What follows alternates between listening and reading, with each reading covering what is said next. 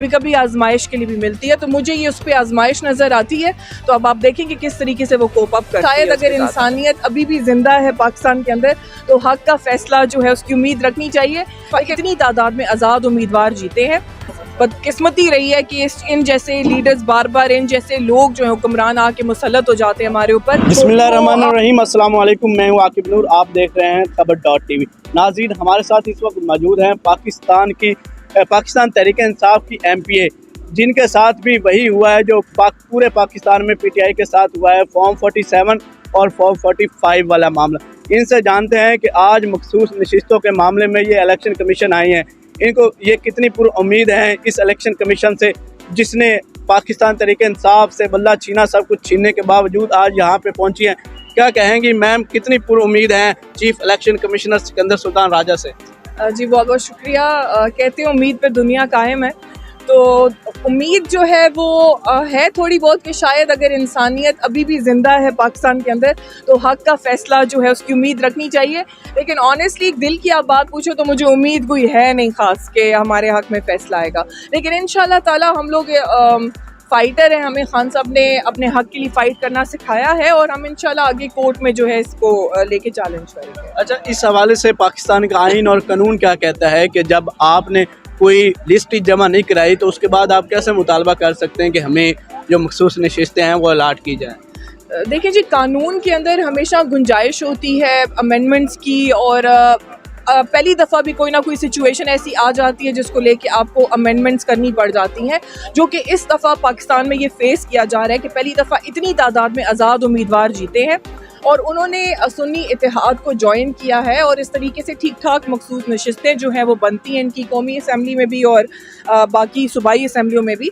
तो I think कि ये डेमोक्रेटिक कंट्री है और डेमोक्रेसी को मद्देनज़र रखते हुए जो हकूक़ है वो मिलने चाहिए पार्टी को। नून लीग कह रही है कि जो PTI की मखसूस नशिस्तें हैं और पीपल्स पार्टी वो भी यही कह रही है कि उनके पास तो ये इख्तियार ही नहीं कि उन्हें दिया जाए, तो वो नशिस्तें हमें दी जाएँ। क्या कहेंगे इस बारे में? देखिए जी, नून लीग और स्पेशली नून लीग PPP, इन लोगों का तो शुरू से यही हमारे मुल्क का बस बदकिस्मती रही है कि इन जैसे लीडर्स बार बार इन जैसे लोग जो है हुक्मरान आके मुसल्लत हो जाते हैं हमारे ऊपर।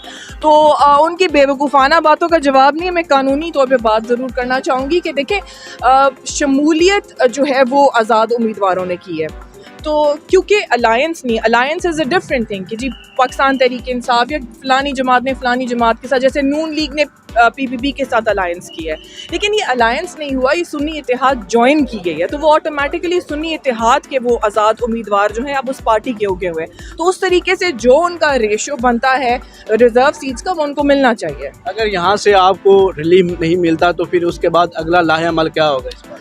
डेफिनेटली कोर्ट में हम जाएंगे, अदालत जाएंगे, उसको चैलेंज करेंगे और होपफुली अदालत से जो है वो हमें इंसाफ मिले। लास्ट क्वेश्चन आपसे ये है कि पाकिस्तान की तारीख में, पंजाब की तारीख में पाकिस्तान की पहली वज़ीर आला जो पंजाब हैं खातून मुंतखब हुई हैं, मरियम नवाज शरीफ साहिबा।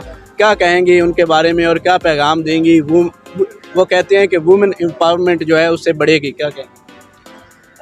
देखिए, कोई खातून जो है जब किसी अच्छे ओहदे पर आती है तो डेफिनेटली वुमेन एम्पावरमेंट की बात या उस चीज़ को फ़रोग मिलता है।